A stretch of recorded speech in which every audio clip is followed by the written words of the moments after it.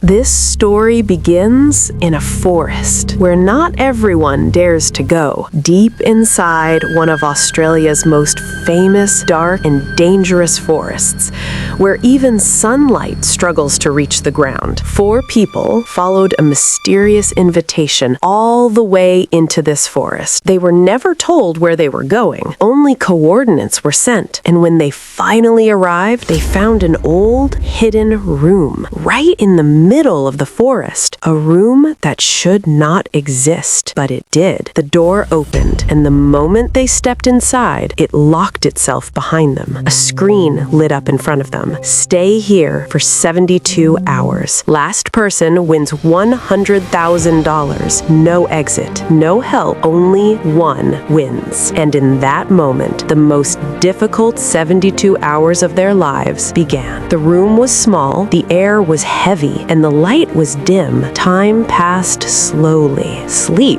started taking over them. Hunger, thirst, and silence. Sophia sat in a corner, hiding her tears. In her mind, the image of her family kept appearing. Ryan looked at her, but he could do nothing. Ethan tried to stay strong, trying to hold everyone together, and Olivia quietly observed everything. With time, something started changing inside Olivia. A decision was born. If I want to win, I have to win alone. Ryan, who trusted her the most, became her target. Lies, manipulation, and psychological games began. When the truth was revealed, Ryan's heart broke. He stood in front of her, tears in his eyes, and only one question in his heart. Why? And then, in a moment of pain and anger, he pushed her. Sophia screamed. Ethan quickly stepped in and separated them, but Ryan couldn't control himself. He collapsed to the ground and broke down completely. This was not just a game anymore. It was the sound of a heart breaking. Olivia, who wanted to win so badly,